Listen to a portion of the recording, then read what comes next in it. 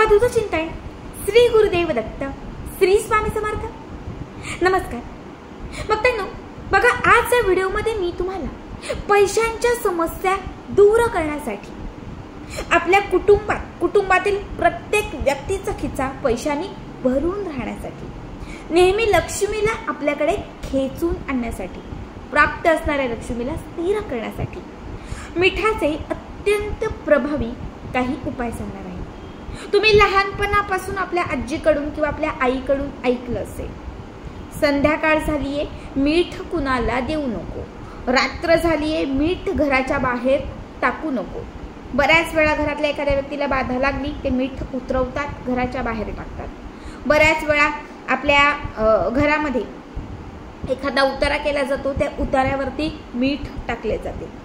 बघा, मीठ हे बाधा दूर करण्यासाठी, नकारात्मकतेचा नाश करण्यासाठी आणि लक्ष्मीला प्रसन्न करण्यासाठी पहिल्यापासून म्हणजे पुरातन काळापासून अत्यंत प्रभावी मानले जाते। शास्त्रात मिठाचे उपाय हे सर्वात महत्त्वाचे असतात आणि त्यातील काही उपाय मी तुम्हाला आज या व्हिडिओमध्ये सांगणार आहे। बघा, बरीच लोक मीठ अजूनही स्टीलच्या डब्यात ठेवतात। आता त्याच्या मागचं शास्त्र तुम्हाला माहिती नाही म्हणून थोडक्यात सांगते, मीठ कधीच स्टीलच्या डब्यात ठेवायचं नाही, कारण स्टीलचा संबंध राहू ग्रहाशी आहे आणि मिठाचा संबंध लक्ष्मीशी आहे। राहू आणि माता लक्ष्मी हे एकत्र कधीच राहत नाही, त्यामुळे जर तुम्ही मीठ स्टीलच्या डब्यामध्ये ठेवत असाल तर अशा घरातून लक्ष्मी काढता पाय घेते, कधीच पैसा येत नाही, फक्त गरिबी आणि दरिद्रता येते। मीठ काचेच्या बरणीत किंवा काचेच्या भांड्यात ठेवणे अत्यंत शुभ मानले जाते। बघा, मिठाचा उगम हा समुद्रातून झालेला आहे आणि माता लक्ष्मीचा उगम हा देखील समुद्र मंथनातून झालेला आहे। त्यामुळेच मिठाला माता लक्ष्मीचे माहेर घर असे म्हटले जाते। आता सगळ्यात पहिला उपाय मी तुम्हाला सांगणार आहे, घरातील नकारात्मक शक्ती घराच्या बाहेर काढण्यासाठी।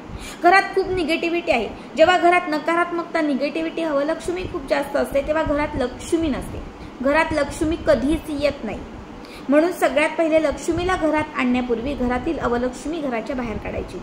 काय करायचं, कुठल्याही शनिवारच्या दिवशी आपल्या उजव्या हाताच्या या 5 बोटांमध्ये मिठाचे 5 खडे घ्यायचे, मिठाचे 5 खडे आणि त्याच्यासोबत 5 काळे मिरी घ्यायचे।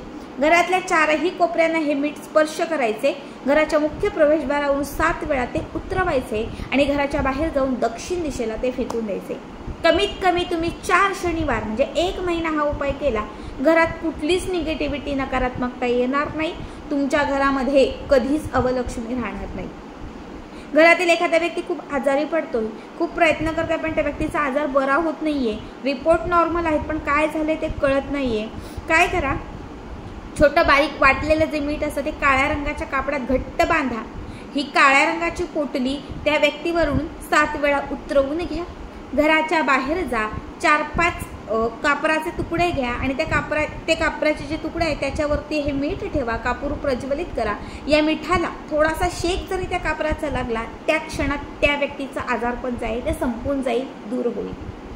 ठीक आहे। आता ज्यांच्या घरामध्ये खूप प्रयत्न करूनही लक्ष्मी येत नाहीये, पैसा टिकत नाहीये, पैसा स्थिरावत नाहीये, त्यांनी एक चिमूटभर मीठ लाल रंगाच्या कापडात घ्यायचं, लाल छोटं कापड घ्यायचं, कोरच असावं, त्याच्यामध्ये एक चिमूटभर मीठ घालायचं, त्याच्यावरती 2 अख्ख्या लवंगा घालायच्या, एक हिरवी वेलची ठेवायची आणि चिमूटभर त्याच्यावरती पिवळी मोहरी घालायची। हे सगळं साहित्य लाल रंगाच्या कापडात घट्ट बांधायचं आणि ही तयार केलेली जी पोटली आहे ती तिजोरीत ठेवायची। कुठल्याही शुक्रवारच्या दिवशी ही पोटली आपल्या तिजोरीत ठेवायची। लक्षात ठेवा, घरात कधीच धनाची समस्या येणार नाही, पैसा कधीच घरात कमी पडणार नाही। आता विशेष लक्ष्मीला फक्त प्रसन्न करण्यासाठी, कामधंदा यामध्ये बरकत आणण्यासाठी, घरातील प्रत्येक व्यक्तीचा खिचा पैशाने भरून राहण्यासाठी, जे तुमच्या नशिबात नाही ते सुद्धा तुम्हाला प्राप्त करण्यासाठी कुठल्याही गुरुवारच्या दिवशी, कुठल्याही शुक्रवारच्या दिवशी किंवा कुठल्याही मंगळवारच्या किंवा कुठल्याही पौर्णिमेच्या दिवशी हा उपाय तुम्हाला करायचा आहे। काय करा, एक छान काचेची बरणी घ्या किंवा तुम्ही काचेची बॉटल वगैरे घेतली तरीही चालेल, काचेची बरणी किंवा काचेची बॉटल घ्यायची आहे। त्याच्यामध्ये कोरं करकरीत बाजारातून एक पॉकेटभर मीठ आणून त्या बरणीत घालायचं आहे. आता ही जी बरणी आहे त्याच्यावरती, या मिठाच्या वरती तुम्हाला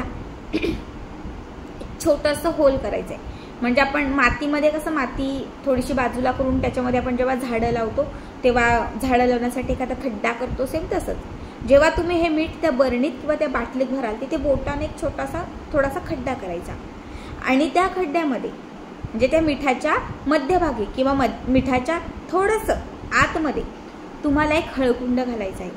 हळदीचं कुडं, हळदीचा तुकडा, एकच हळकुंड तुम्हाला त्याच्यामध्ये घालायचा आहे. आणि त्या हळकुंडाच्या वरती जे हळकुंड घातलेलं आहे त्या हळकुंडाच्या वरती अर्धा चमचा बडीशोप घालायचा आहे, बरोबर अर्धा चमचा. या अगोदर हळकुंड, त्याच्यावरती बडीशोप आणि बडीशोप घातल्यानंतर त्याच्यावरती तुम्हाला एक हिरवी वेलची आणि एक अख्खं लवंग घालायचं आहे, बरोबर. मिठाच्या मध्यभागी हे घातलं. आता जे बाहेर काढलेलं थोडंसं मीठ असेल आजूबाजूचं ते सुद्धा त्याच्यामध्ये घाला आणि हे जे साहित्य आहे ते पूर्ण मिठामध्ये दाबा. म्हणजे ते साहित्य त्या बरणीतून त्या बॉटलमधून दिसलं नाही पाहिजे अशा पद्धतीने त्याच्यामध्ये ते दाबा. आता ही जी मिठाची बरणी किंवा जी बॉटल आहे त्याच्यावरती लाल रंगाचं कापड बांधा.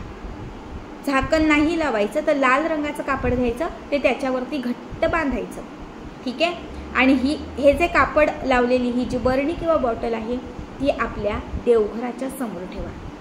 एका वाटीमध्ये कुंकू घ्या, आपलं जे लाल छान कुंकू असतं ओरिजिनल हे एका वाटीमध्ये घ्या.